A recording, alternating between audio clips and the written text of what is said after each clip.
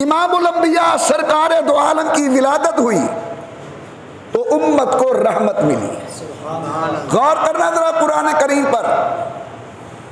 अल्लाह फरमाते वमा अरसलनाका इल्ला रहमतल लिल आलमीन।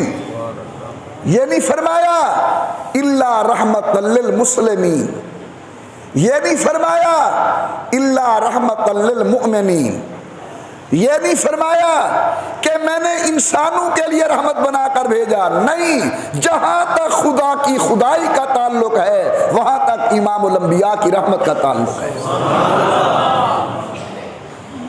परवरदिगार आलम ने फरमाया अल्हम्दुलिल्लाहि रब्बिल आलमीन। जरा माशाअल्लाह ज़ौक़ से बैठे, जुबान के ताले तोड़कर मोहब्बत से बोले सुभान अल्लाह। अल्लाह फरमाते अल्हम्दुलिल्लाहि रब्बिल आलमीन।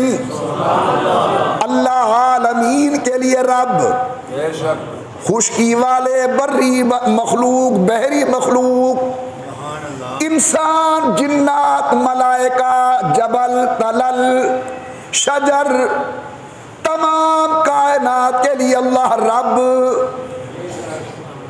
जब आया काबतुल्लाह का नंबर, अल्लाह फरमाते हैं काबतुल्लाह क्या है? इन्ना अव्वल बैति वुज़िअ लिन्नास लल्लज़ी बिबक्कता मुबारकन व हुदल लिल आलमीन। अल्लाह मियां आलमीन के लिए रब और बैतुल्ला शरीफ आलमीन के लिए जाहे हिदायत। जब इस काबे को आबाद करने वाले पैगंबर का नाम आया, फरमाया वमा अरसलनाका इल्ला रहमतल लिल आलमीन। सैयदुल कौनैन, कायनात के लिए रहमत बनकर आए।